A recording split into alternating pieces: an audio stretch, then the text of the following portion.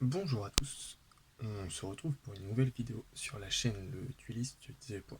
Aujourd'hui, une petite présentation des différents decks de la box deck légendaire de Yugi qui est sorti en 2016 il me semble, qui est maintenant pratiquement introuvable ou à des prix assez élevés on va dire. Donc je suis très content de l'avoir, c'est une très belle boîte.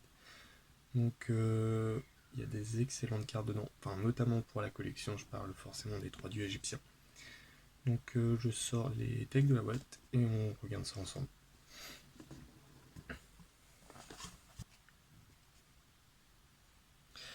On va donc commencer par les 3 cartes super rares qui est disponible dans cette box. Donc il y a la tortue électromagnétique,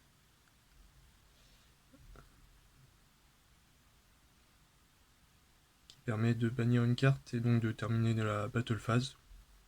Donc c'est assez intéressant pour un deck de l'époque je pense. Ensuite on a le cercueil maléfique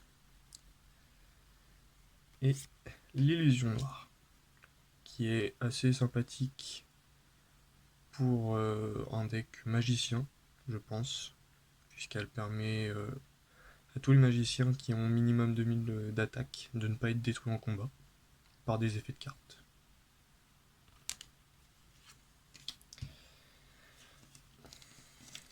Ensuite, on va retrouver les 3 dieux égyptiens en version non jouable malheureusement. Donc le dragon et les Dora, Slifer et Obélisque.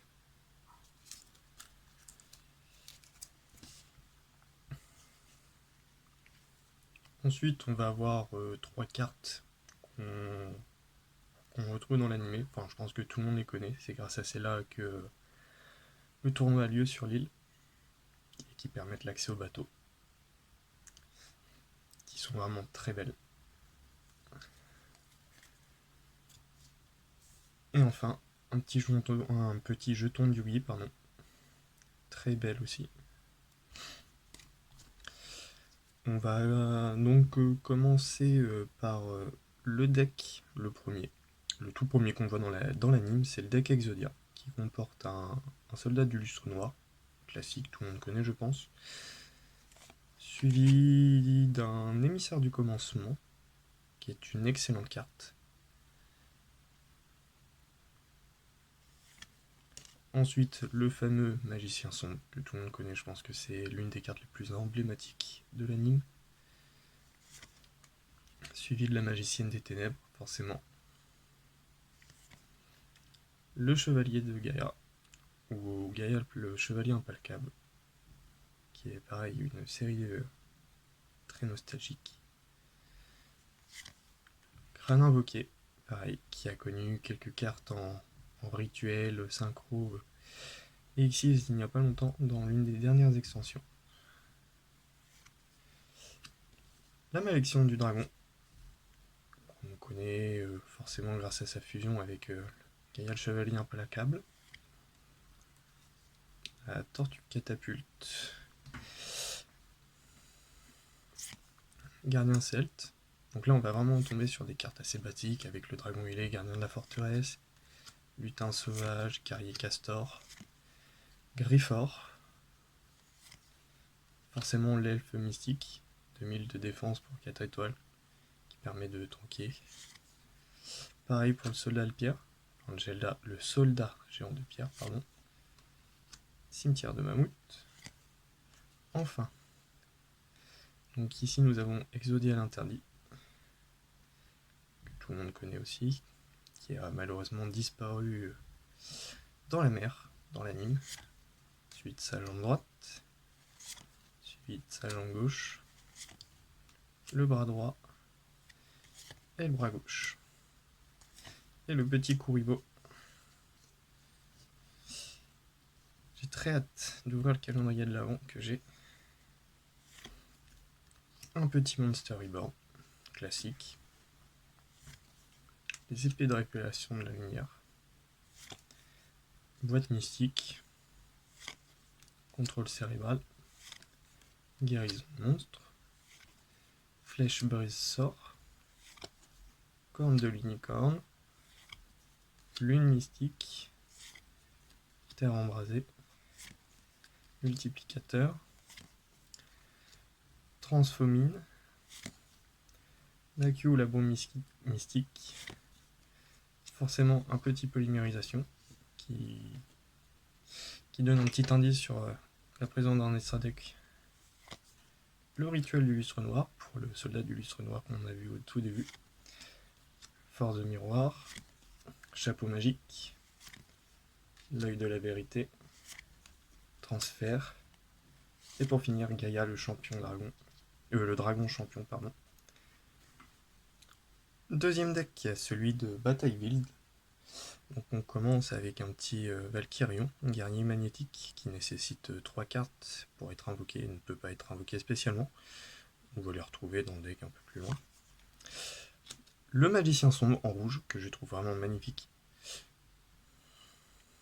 Je sais pas si cette version du magicien sombre est disponible autre que dans ce deck. Suivi de la magicienne des ténèbres, encore une fois. Très joli. Un petit Buster Blader, très utile pour jouer contre les decks qui jouent beaucoup de dragons.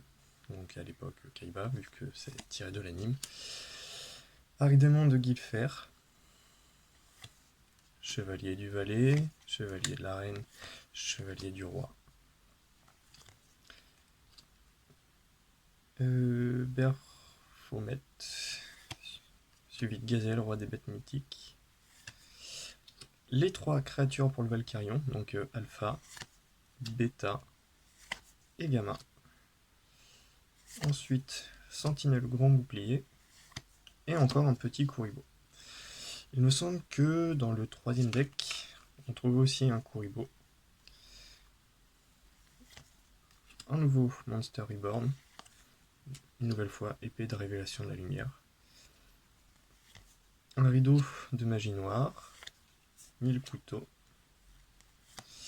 Formule magique. Dimension magique. Diffusion ondulatoire. Double sort. Ectoplasmeur. Voleur d'esprit. Pot de cupidité. Sans rareté, mais ça fait toujours plaisir d'avoir un petit pot de cupidité FR très bon état dans sa collection, ça peut être très utile. Destructeur de cartes. Échange. Guérison de monstre. Une nouvelle fois polymérisation. Diffusion. Multiplicateur. Un petit force de miroir en ultra rare. Assez sympathique. Très belle carte aussi. Chapeau magique. Cylindre magique. Cercle envoûtant. Épée de la force de la lumière. Destruction en chaîne. Lien spirituel. Tragique. Et pour finir, chimère bête mythique volante.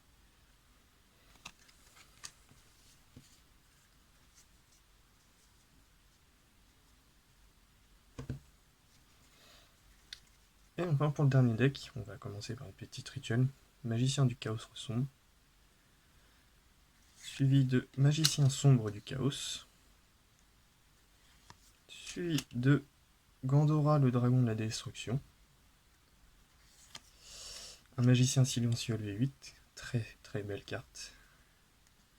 Donc forcément, on trouve un magicien silencieux LV4. Spadacien silencieux LV8, suivi LV7, pardon. Donc forcément, on va avoir un LV5 et un LV3 pour pouvoir invoquer plus gros. On va trouver ensuite un nouveau magicien sombre. Forcément, qui dit magicien sombre dit magicien des ténèbres. Suivi d'un nouveau Buster Blader, un mystérieux, une nouvelle fois chevalier du valet, chevalier de la reine et un chevalier du roi. Gadget vert, gadget rouge et donc gadget jaune. Suivi de magicien sombre expérimenté, magicien sang blanc expérimenté, un bloc, un petit marshmallow, très sympathique, et à nouveau un Kuribo. Oui, donc on a bien un Kuribo dans chaque deck, comme le Monster Reborn d'ailleurs, suivi d'une nouvelle fois épée de révélation de la lumière. Un magnifique sarcophage doré, un peu comme la Tick Box, enfin la Tinbox 2019.